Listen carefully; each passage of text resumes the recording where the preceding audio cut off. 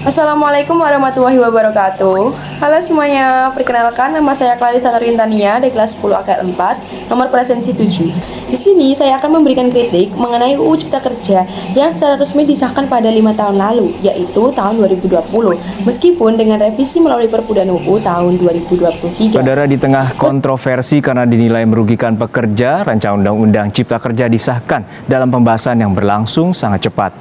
Sejumlah pasal kontroversial yang dikeluhkan kalangan pekerja tetap disahkan, sementara sejumlah pasal lain bahkan berubah dari pembahasan di tingkat panitia kerja hingga diketok di paripurna. Pihak-pihak yang tak puas dipersilahkan untuk mengajukan uji materi di Mahkamah Konstitusi. Sidang paripurna DPR Senin sore mengesahkan rancangan Undang-Undang Cipta Kerja menjadi undang-undang. Paripurna pengesahan RUU Cipta Kerja ini juga menutup masa sidang anggota parlemen lebih cepat dari yang direncanakan, yakni 8 Oktober 2020. RUU ini memuat 79 undang-undang, diubah sekaligus dalam rancangan Omnibus Law alias Undang-Undang Sapu Jagat berisi 1.203 pasal yang pembahasannya dikebut dalam 6 bulan terakhir.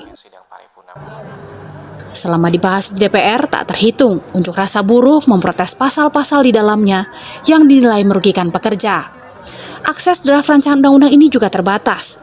Hasilnya, Undang-Undang Cipta Kerja yang disahkan ternyata masih memuat sejumlah pasal kontroversial itu. Sejumlah pasal juga berubah dari pembahasan di tingkat panitia kerja dengan draft yang diketok di paripurna. Artinya kalau sudah dalam kesepakatan di Panja, artinya itulah yang diadopsi dalam undang-undang yang disahkan.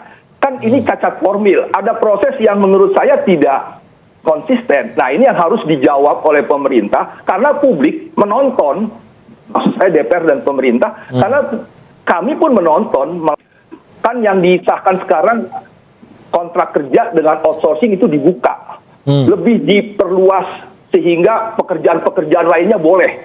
Padahal di Undang-Undang 13 itu dibatasi. Dan apapun yang dibuat itu selalu ada yang menolak, selalu ada yang setuju, gitu kan.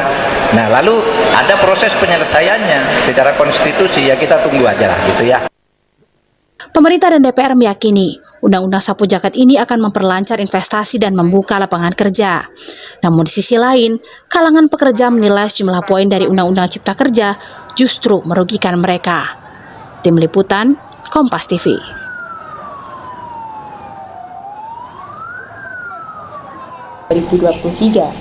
Buat kalian semua yang belum tahu apa sih UU Cipta Kerja itu? UU Cipta Kerja adalah aturan besar yang dibuat untuk mempermudah proses usaha dan mendorong lapangan kerja, tetapi menuai banyak perdebatan di masyarakat karena UU ini menggunakan konsep Omnibus Law, yaitu satu undang-undang mengubah banyak undang-undang sekaligus. Di antaranya pengurangan nilai pesangon dari 32 kali upah sesuai Undang-Undang Ketenagakerjaan menjadi 25 kali.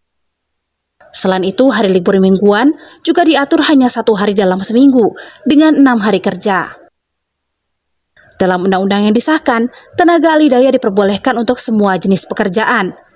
Pembatasan tenaga ahli daya pada 5 pekerjaan seperti dalam Permenaker Trans nomor 19 tahun 2012 dihapus.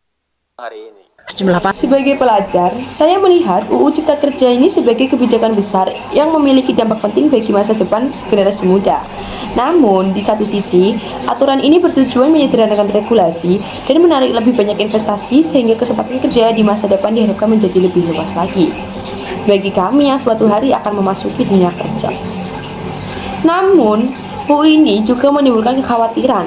Beberapa perubahan aturan dianggap bisa mengurangi perlindungan bagi pekerja seperti masalah kontrak, outsourcing, dan hak pesangon. Hal ini membuat saya bertanya-tanya, apakah nantinya kondisi kerja generasi kami akan tetap aman dan stabil? Wajar dong kekhawatiran ini karena masa depan kerja generasi muda sangat dipengaruhi oleh kebijakan semacam ini. Nah, menurut pendapat saya secara keseluruhan, sebagai seorang pelajar, saya menilai bahwa UU Cipta Kerja memiliki tujuan baik, tetapi harus dijalankan dengan hati-hati. Peningkatan ekonomi perlu berjalan seimbang dengan pelindungan pekerja dan kelestarian lingkungan agar masa depan kami tetap terjamin. Melalui pemahaman dan sikap kritis, saya sebagai pelajar ingin melihat bahwa pembangunan ekonomi dapat berjalan seimbang dengan kesejahteraan pekerja dan kelestarian lingkungan. Dengan begitu, masa depan yang lebih baik dapat tercipta bagi seluruh masyarakat Indonesia. Sekian video mengenai kritik UU Cipta Kerja dari saya. Kurang lebihnya saya mohon maaf. Assalamualaikum warahmatullahi wabarakatuh.